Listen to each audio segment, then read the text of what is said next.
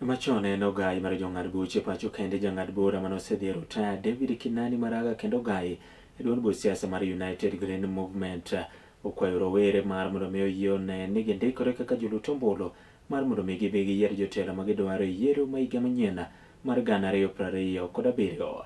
Ka otwak e kinde romo gi rowere kaunti nogo mana kure gwenge ko mag Molo onyiso rowere ni gin ema githothie pacho kaendi kendo gintiere koda thuolo manindo mar yiero jotelo makare kod tieko achiedh nade kata pek ma bende jotelo miyiero osekelo ne oganda e thur kendi. Kuom mano endo giyie gine ni gibedo kod ombulu kendo tiyo godo makare yiero jotelo madwarore. Wakati ni sasa, na kama si sasa ni sasa hivi. Aliyekuwa jaji mkuu David Maraga tumekuja hapa kuwasihi mkuwe na kura. Mkuwe na kura, yule ambaye hajajiandikisha ajiandikishe awe na kura. Ni wangapi wanataka change Kenya yetu? Ni wangapi wanataka mabadiliko Kenya yetu?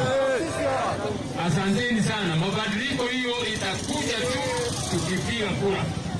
Kama hatuna kura, hata kama tunataka change na tusipige kura, itaendelea vile inaendelea. Shida ambayo tuko nayo Kenya, na mimi najua mnaielewa, kila mtu anaielewa. Kenya si nchi masikini. Kenya si nchi masikini. Ila ambayo inasumbua sisi, kitu ambayo kinasumbua sisi ni wizi wa mali ya umma. Wizi wa mali ya umma.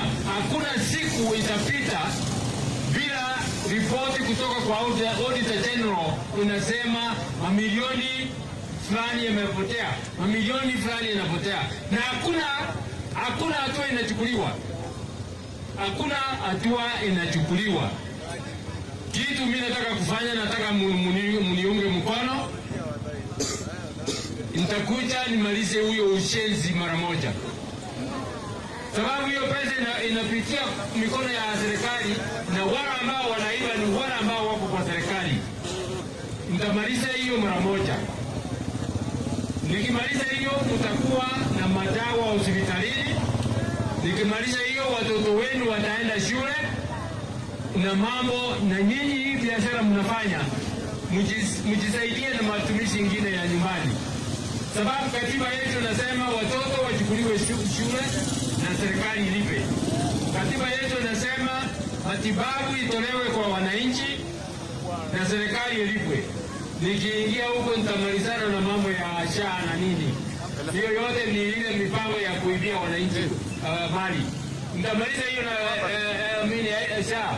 Mtaenda huko, kila mtu utatibiwa bila kulipa chochote, sababu hiyo ile kodi mnalipa inatoshana kuwapatia dawa hospitali.